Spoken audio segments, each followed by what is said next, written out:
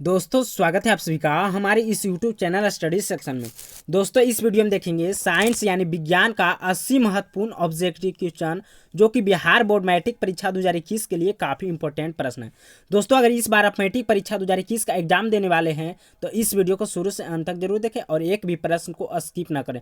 और दोस्तों यहाँ से आपको एग्जाम में देखने को सीधे जरूर मिलेगा, तो दोस्तों वीडियो को शुरू से अंत तक जरूर देखिएगा। देखिए दोस्तों फर्स्ट क्वेश्चन हमारा कहता है किस दर्पण की फोकस दूरी ऋणात्मक होता है। तो दोस्तों ऑप्शन नंबर सी आपका जो सही उत्तर हो जाए उत्तल दर्पण की फोकस दूरी ऋणात्मक होता है।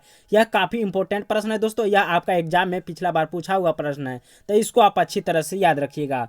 उसके बाद देखिए अगला प्रश्न कहता है फोकस दर्पण की फोकस दूरी एफ और वक्रता त्रिज्या आर में क्या संबंध है।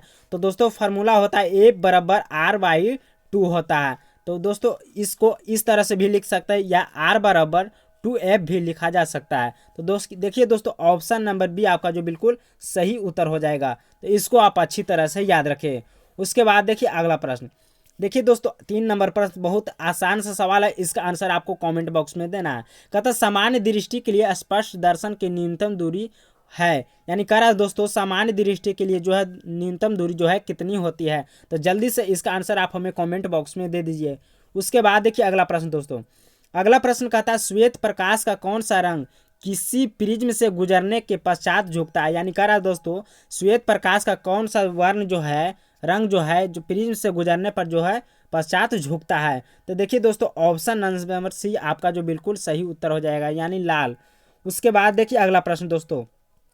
अगला प्रश्न कहता है मानव आंख की रेटिना द्वारा बनाई गई छवि होती है। तो दोस्तों मानव की आंख पर रेटिना द्वारा बना प्रतिबिंब जो होता है वास्तविक और उल्टा प्रतिबिंब होता है। तो ऑप्शन नंबर बी आपका यहाँ करेक्ट आंसर हो जाएगा। उसके बाद देखिए अगला प्रश्न कहता है आकाश का रंग नीला प्रतीत होता है। तो दोस्तों आकाश का रंग जो नीला प्रतीत होता है प्रकाश के प्रकीर्णन के कारण। तो ऑप्शन नंबर बी आपका यहाँ करेक्ट आंसर हो जाएगा। उसके बाद देखिए अगला प्रश्न कहता है किस दर्पण से वस्तु का प्रतिबिंब बड़ा बनता है, यानी कह रहा दोस्तों किस दर्पण में जो है वस्तु का जो है बड़ा प्रतिबिंब बनता है। तो अवतल दर्पण में जो है वस्तु का बड़ा प्रतिबिंब होता है। उसके बाद देखिए अगला प्रश्न कहता है निम्नलिखित में कौन सा लेंस निकट दृष्टि दोष को ठीक करने के लिए उपयोग किया जाता है, यानी कह रहा दोस्तों निकट दृष्टि दोष को जो है किस लेंस के द्वारा जो है ठीक किया जा सकता है।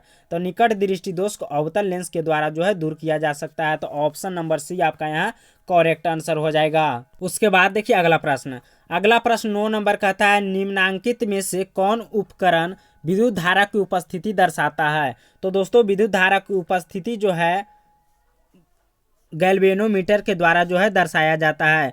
तो ऑप्शन नंबर ए आपका यहाँ करेक्ट आंसर हो जाएगा। उसके बाद देखिए अगला प्रश्न 10 नंबर, यह भी काफ़ी इंपॉर्टेंट प्रश्न है। कहता दाएं हाथ के अंगूठे के नियम को किसने प्रतिपादित किया। तो दोस्तों दाएं हाथ के नियम के जो प्रतिपादित किए थे फ्लेमिंग के द्वारा जो है किया गया था। तो ऑप्शन नंबर बी आपका यहाँ करेक्ट आंसर हो जाएगा। उसके बाद देखिए अगला प्रश्न 11 नंबर प्रश्न, यह भी काफ़ी इंपॉर्टेंट प्रश्न है। कहता विभवांतर का एसआई मात्रक होता है। तो दोस्तों विभवांतर का एसआई मात्रक वोल्ट होता है। तो ऑप्शन नंबर ए आपका यहाँ करेक्ट आंसर हो जाएगा। उसके बाद देखिए अगला प्रश्न कहता है निम्नलिखित में किस संयोजन द्वारा प्रतिरोध का मान बढ़ती है। तो दोस्तों ऑप्शन नंबर ए आपका यहाँ करेक्ट आंसर हो जाएगा, यानी श्रेणी क्रम में जो है प्रतिरोध का मान जो है अधिक बढ़ता है। उसके बाद देखिए 13 नंबर प्रश्न कहता है चुंबकीय बल रेखा की प्रकृति होती है। तो दोस्तों चुंबकीय बल रेखा की प्रकृति काल्पनिक होती है। तो ऑप्शन नंबर ए यहाँ आपका करेक्ट आंसर हो जाएगा। उसके बाद देखिए 14 नंबर प्रश्न, यह भी काफ़ी इंपॉर्टेंट प्रश्न है। कहता है 1 किलोवाट घंटा किसके बराबर होता है। तो दोस्तों 1 किलोवाट घंटा जो है 3.6 × 10⁻6 जूल के बराबर होता है। तो ऑप्शन नंबर सी आपका यहाँ करेक्ट आंसर हो जाएगा। उसके बाद देखिए अगला प्रश्न कहता है नवीकरणीय ऊर्जा का स्रोत क्या है। तो दोस्तों नवीकरणीय ऊर्जा का स्रोत जो है सौर ऊर्जा है। तो ऑप्शन नंबर बी आपका यहाँ करेक्ट आंसर हो जाएगा। उसके बाद देखिए अगला प्रश्न कहता है कौन सा लेंस अपसारी लेंस भी कहा जाता है, यानी कौन सा लेंस को जो है अपसारी लेंस के भी नाम से जो है जाना जाता है। तो ऑप्शन नंबर ए आपका यहाँ करेक्ट आंसर हो जाएगा। तो अवतल लेंस को अपसारी लेंस भी कहते हैं। उसके बाद देखिए अगला प्रश्न कहता है प्रकाश का प्राथमिक वर्ण कौन है, यानी कह रहा है दोस्तों प्रकाश का जो है प्राथमिक वर्ण जो है रंग कौन है। तो ऑप्शन नंबर डी आपका यहाँ करेक्ट आंसर हो जाएगा। हरा, नीला और लाल ये सभी क्या है, प्रकाश के प्राथमिक रंग के जो है उदाहरण है। उसके बाद देखिए अगला प्रश्न। अगला प्रश्न कहता है निम्नलिखित में से कौन नेत्र का रंगीन भाग होता है। तो दोस्तों नेत्र का रंगीन जो भाग होता है वो आइरिस होता है। तो ऑप्शन नंबर डी आपका यहाँ करेक्ट आंसर हो जाएगा। उसके बाद देखिए अगला प्रश्न। 1 HP बराबर हो है, यानी कहा दोस्तों 1 HP बराबर जो है कितना होता है। तो दोस्तों 1 HP बराबर 746 वाट होता है। तो ऑप्शन नंबर ए आपका यहाँ करेक्ट आंसर होगा। अब HP का मतलब क्या होता है दोस्तों, हॉर्स पावर होता है। तो इसको भी आप अच्छी तरह से याद रखें। उसके बाद देखिए अगला प्रश्न। अगला प्रश्न कहता है कि विशाल शीशा यानी मैग्नीफाइंग ग्लास होता है, यानी दोस्तों कह रहा है मैग्नीफाइंग ग्लास की भांति जो है कौन सा लेंस जो है कार्य करता है। तो उत्तर लेंस आपका यहाँ करेक्ट आंसर हो जाएगा। तो इसको भी आप अच्छी तरह से याद रखें। उसके बाद देखिए अगला प्रश्न। अगला प्रश्न 21 नंबर, यह भी काफ़ी इंपॉर्टेंट प्रश्न है, यह भी आपका एग्जाम में पूछा हुआ प्रश्न है। कहता है जब किसी चालक तार से विद्युत धारा प्रवाहित होती है तो वो गतिशील कण कौन है। यानी कह रहा है दोस्तों जब एक तार से जो है विद्युत धारा प्रवाहित किया जाता है तो उसमें गतिशील जो कण होते हैं कौन होते हैं। तो उसमें गतिशील कण इलेक्ट्रॉन होते हैं। तो ऑप्शन नंबर डी आपका यहाँ करेक्ट आंसर हो जाएगा। उसके बाद देखिए अगला प्रश्न। अगला प्रश्न कहता है एम्पियर घंटा मात्रक है। तो दोस्तों ऑप्शन ए में दिया शक्ति का, ऑप्शन बी में दिया आवेश का, ऑप्शन सी में दिया ऊर्जा का और ऑप्शन डी में दिया है इनमें से कोई नहीं। तो ऑप्शन नंबर बी आपका यहाँ करेक्ट आंसर हो जाएगा, यानी आवेश का मात्रक जो होता है एम्पियर घंटा होता है। उसके बाद देखिए अगला प्रश्न। अगला प्रश्न कहता है निम्नलिखित में कौन सा मात्रक वाट के बराबर होता है। तो दोस्तों वाट के बराबर जो होता है जूल प्रति सेकेंड होता है। तो ऑप्शन नंबर ए आपका यहाँ करेक्ट आंसर हो जाएगा। उसके बाद देखिए अगला प्रश्न। अगला प्रश्न देखिए ये भी काफ़ी इंपॉर्टेंट प्रश्न है। कहता है विद्युत धारा का मात्रक है। तो दोस्तों विद्युत धारा का एसआई मात्रक एम्पियर होता है। तो ऑप्शन नंबर ए आपका यहाँ करेक्ट आंसर हो जाएगा। उसके बाद देखिए अगला प्रश्न। अगला प्रश्न कहता है ग्लोबल वार्मिंग के लिए उत्तरदायी गैस है। तो दोस्तों ग्लोबल वार्मिंग के लिए CO2 गैस उत्तरदायी है। तो ऑप्शन नंबर सी आपका यहाँ करेक्ट आंसर हो जाएगा। उसके बाद देखिए अगला प्रश्न। अगला प्रश्न कहता है शरीर में भोजन का पचना किस प्रकार की अभिक्रिया है। तो दोस्तों शरीर में भोजन का पचना अपचयन अभिक्रिया का एक उदाहरण है। तो ऑप्शन नंबर डी आपका यहाँ करेक्ट आंसर हो जाएगा। उसके बाद देखिए अगला प्रश्न। अगला प्रश्न कहता है कली चूना पर जब जल डाला जाता है तो तब अभिक्रिया होती है। यानी कह रहा है दोस्तों जब काली चूना पर जो है जब जल को डाला जाता है तो अभिक्रिया कर क्या उत्पन्न करती है। तो इसमें दोस्तों ऑप्शन नंबर ए आपका यहाँ करेक्ट आंसर हो जाएगा, उसमें क्षेपीय अभिक्रिया उत्पन्न होता है। उसके बाद देखिए अगला प्रश्न। अगला प्रश्न कहता है निम्नांकित में से कौन सा सबसे अधिक अभिक्रियाशील है। तो दोस्तों सबसे अधिक अभिक्रियाशील जो है वह कॉपर है। तो ऑप्शन नंबर सी आपका यहाँ करेक्ट आंसर हो जाएगा। उसके बाद देखिए अगला प्रश्न। अगला प्रश्न कहता है चूना जल का रासायनिक सूत्र है। तो दोस्तों चूना जल का रासायनिक सूत्र CaO है, यानी कैल्शियम ऑक्साइड है। तो ऑप्शन नंबर ए यहाँ आपका करेक्ट आंसर हो जाएगा। उसके बाद देखिए अगला प्रश्न। अगला प्रश्न कहता है कोई विलयन जब लाल लिटमस को नीला कर देता है तो उसका pH मान होगा। यानी कह रहा दोस्तों जब कोई विलयन जो है लाल लिटमस को नीला कर देता है तो उसका जो है विलयन का pH मान कितना होता है। तो ऑप्शन नंबर डी आपका यहाँ करेक्ट आंसर हो जाएगा, यानी ए और बी दोनों आपका जो सही उत्तर हो जाएगा। उसके बाद देखिए अगला प्रश्न। अगला प्रश्न कहता है एल्काइन में कार्बन कार्बन के बीच कितने सहसंयोजक बंध होते हैं। तो दोस्तों एल्काइन में जो है कार्बन के 30 सहसंयोजक बंधन होते हैं। तो ऑप्शन नंबर सी आपका यहाँ करेक्ट आंसर हो जाएगा। उसके बाद देखिए अगला प्रश्न। दोस्तों वीडियो का क्वालिटी पसंद आ रहा है, वीडियो का कंटेंट पसंद आ रहा है तो वीडियो को लाइक ज़रूर कीजिए और हमें कमेंट कर जरूर बताइए कि आपको पहले से कितने प्रश्न याद थे।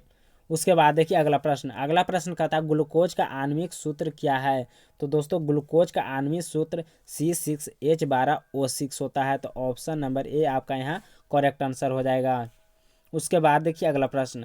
अगला प्रश्न कहता है उच्च वसीय अम्लों के सोडियम लवण कहलाते हैं। तो दोस्तों उच्च वसीय अम्लों के सोडियम लवण को कहते हैं अपमार्जक, यानी साबुन कहते हैं, सॉरी दोस्तों साबुन कहते हैं। तो ऑप्शन नंबर ए आपका यहाँ करेक्ट आंसर हो जाएगा। उसके बाद देखिए अगला प्रश्न। अगला प्रश्न यह भी काफ़ी इंपॉर्टेंट प्रश्न है। कहता CHO क्रियाशील मूलक को कहते हैं। तो दोस्तों क्रियाशील मूलक को जो है एल्डिहाइड कहते हैं। तो ऑप्शन नंबर ए आपका यहाँ करेक्ट आंसर हो जाएगा। उसके बाद देखिए अगला प्रश्न कहता है आवर्त सारणी के किसी आवर्त में बाएं से दाएं जाने पर तत्वों की परमाणु त्रिज्या क्या होती है। यानी कह रहा दोस्तों जब आवर्त सारणी में जो है किसी आवर्त में जो है बाएं से दाएं जाने पर जो है तत्वों की आवृत्ति की परमाणु त्रिज्या पर जो है क्या असर पड़ता है। तो ऑप्शन नंबर ए आपका यहाँ करेक्ट आंसर हो जाएगा, यानी घटती है। उसके बाद देखिए अगला प्रश्न 36 नंबर प्रश्न कहता है निम्नांकित तत्वों के उनके अधातु गुण के अनुसार बढ़ते क्रम में सजाएं। तो देखिए दोस्तों सबसे पहले लिथियम होगा, उसके बाद बेरिलियम, उसके बाद कॉपर, उसके बाद कार्बन, उसके बाद ऑक्सीजन, उसके बाद फ्लोरीन। तो ऑप्शन नंबर बी आपका यहाँ करेक्ट आंसर हो जाएगा।